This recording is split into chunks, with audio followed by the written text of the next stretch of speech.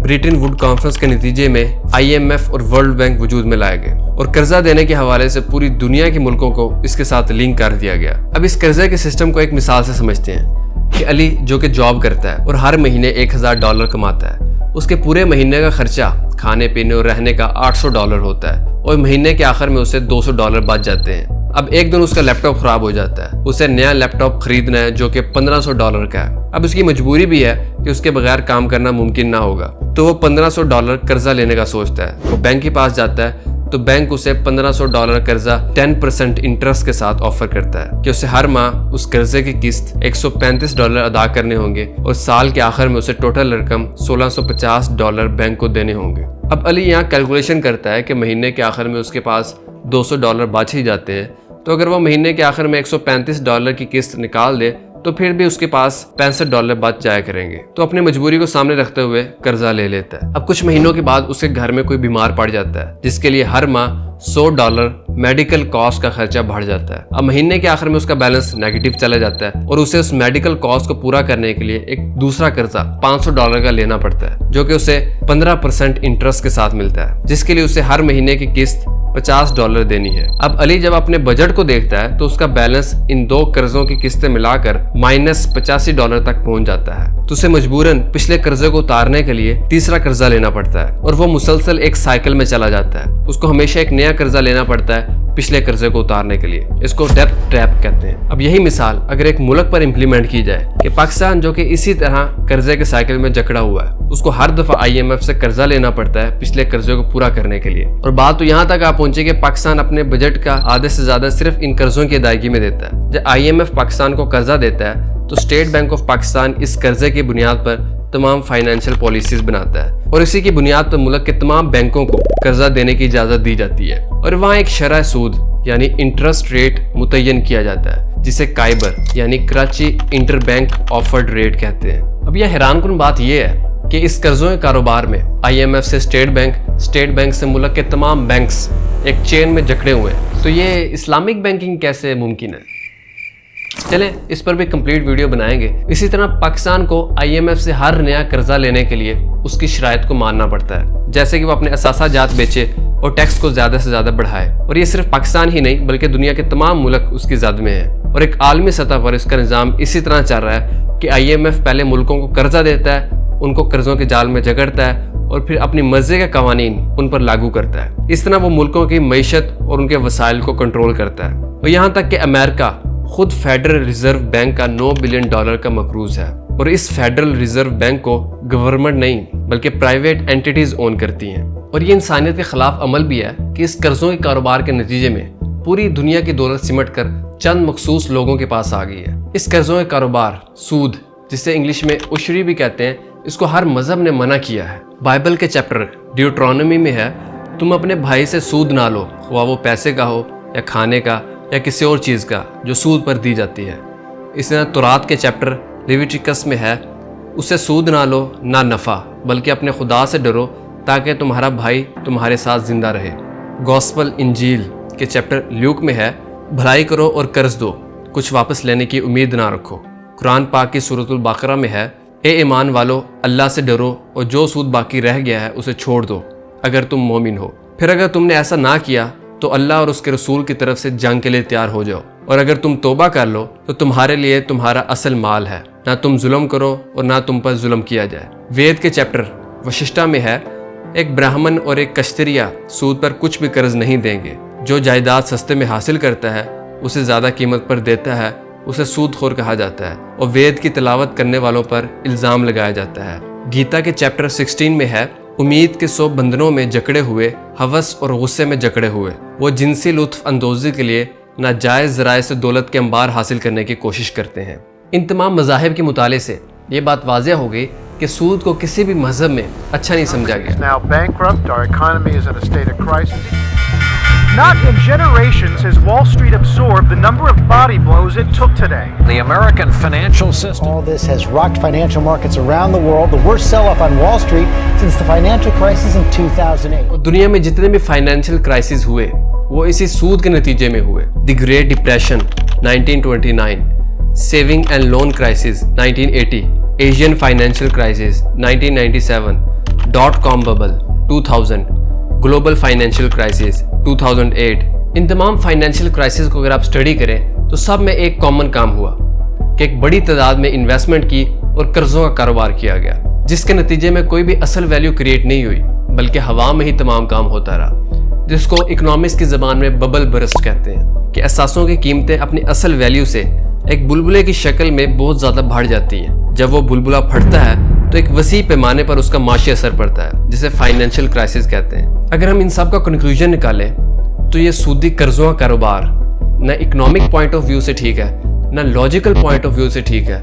اور نہ ہی یہ انسانی سوسائٹی کے لیے فائدہ مند ہے۔ یہی وجہ ہے کہ دنیا کے ہر مذہب نے اسے حرام قرار دیا ہے۔ اگر ہم ہسٹری کا انالیسس کریں، خاص کر مسلمانوں کے 1200 سالہ دور کا، تو عالمی سطح پر اس طرح کوئی بھی سودی قرضوں کا کاروبار نہیں کیا گیا۔ یہی وجہ تھی کہ مسلمانوں کے 1200 سالہ دور میں کوئی ایک بھی فائنینشیل کرائسس نہیں آیا اور قیمتوں میں سٹیبلٹی یعنی استحکام رہا۔